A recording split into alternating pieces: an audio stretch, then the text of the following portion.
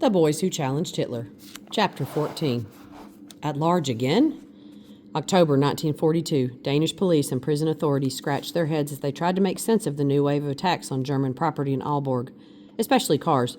One German roadster was found in the fjord, tipped over on its side like a beached whale. Investigators determined that somebody must have started the engine without using a key, driven it at high speed down to the harbor, and leaped out just before the auto shot out over the wharf like a missile. The German military was stirred up once again. "Get this solved at once," they harumphed, "or else we will." It seemed as if everything was back at square one. But who could have done such things? All the young Churchill Club boys from Cathedral School had been transferred to Nyborg State Prison. The three older prisoners, Alf and Kaj Holberg and Nud Hornbow, were still locked in King Hans Gage jail in Aalborg. In fact, now they were together in a single cell. Guards squinting through the peephole observed the three young men reading, chatting, piecing together model airplanes, and playing chess. They seemed to yawn and nap a lot, but jail life was hardly exciting. The three cellmates settled down for a night, like everyone else in the building, when lights were out.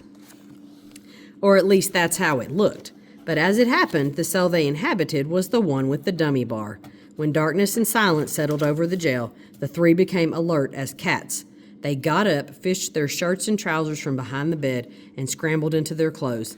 Each night, Alf left a piece of paper on a stool in the center of the cell. On it, he scribbled his parents' telephone number and a brief message to the Danish jailers. "Please don't call the police," it read. "Call this number and we will return immediately." Alf usually went out first. He climbed onto a chair, removed the dummy bar, squeezed through the opening, and crawled onto an awning in front of the window. Next came Nud Hornbow, who was a little pudgy. Halfway through the opening on the first attempt, he got stuck. He tried not to cry out of fear or pain. Alf pulled from the outside and Kaj pushed from inside until they finally got him out, spraining his arm in the process. Kaj slid out with ease. The rest was simple. They crawled over the wire mesh above the outdoor yard and dropped into the prison orchard. Then, after concealing themselves in dense shrubbery until they knew everything was clear, they stepped into the street as free men. Nud Hornbow and the Holberg brothers escaped 19 nights in a row. The trio got so used to leaving the prison that one day they left too early and found themselves uncomfortably out on the street in broad daylight. They ducked into a movie theater and took seats. Once their eyes adjusted to the darkness, they found that they were seated among German soldiers enjoying a weekly newsreel of German battlefield heroics.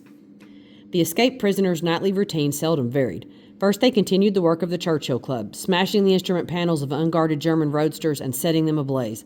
When they were finished, the three walked to the Holberg home and ate dinner with Alf and Kaj's family. The first night shock of seeing the boys at the front door soon gave way to elation and scheming.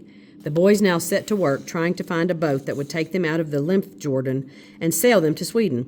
On the 19th night of their freedom, the young men bade the Holbergs goodbye and started back toward the jail. As they walked, they agreed it had been a lovely night. They had found and decommissioned a stylish German roadster, shorting out its electrical system. Dinner had been a festive occasion, with good food and voices raised in song. Old friends had passed in and out of their open door. They had all waved Norwegian and Danish flags. Best of all, Mr. Holberg announced that a boat had been identified whose captain appeared to be interested in taking them to Sweden. "Be ready," Mr. Holberg had said. "It could happen any day now." And then as they walked through the chilly morning air, a siren shattered Aalborg's pre-dawn silence. They froze in mid-step. The streets were nearly empty at 4 a.m., so the three young men stood out conspicuously.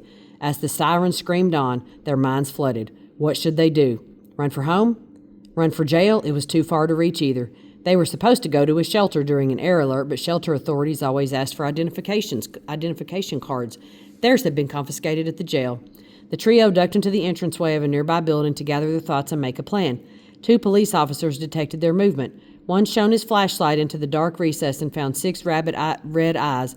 "May I see your identity cards?" he asked. Soon everyone was at the police station, where stunned officers recognized but could no longer protect the 3 escape artists. German soldiers took them into custody and rounded up the rest of the Holberg family. Interrogators quickly cleared up the mystery of the destroyed German property. Alf and Kaj Holberg and Nud Hornbow were swiftly tried and convicted in German military court and transported to a German prison. Each received a sentence of more than 10 years.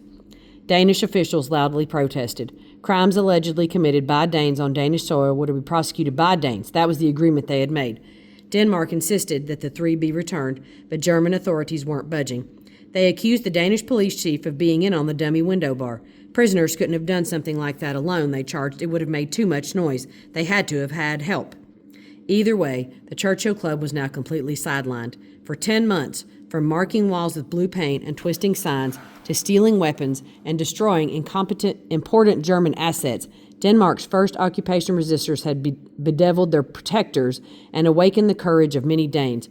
But with the Bronderslev 3 in German captivity and the younger 7 locked up at Nyborg, for now at least, it seemed the Churchill Club was history.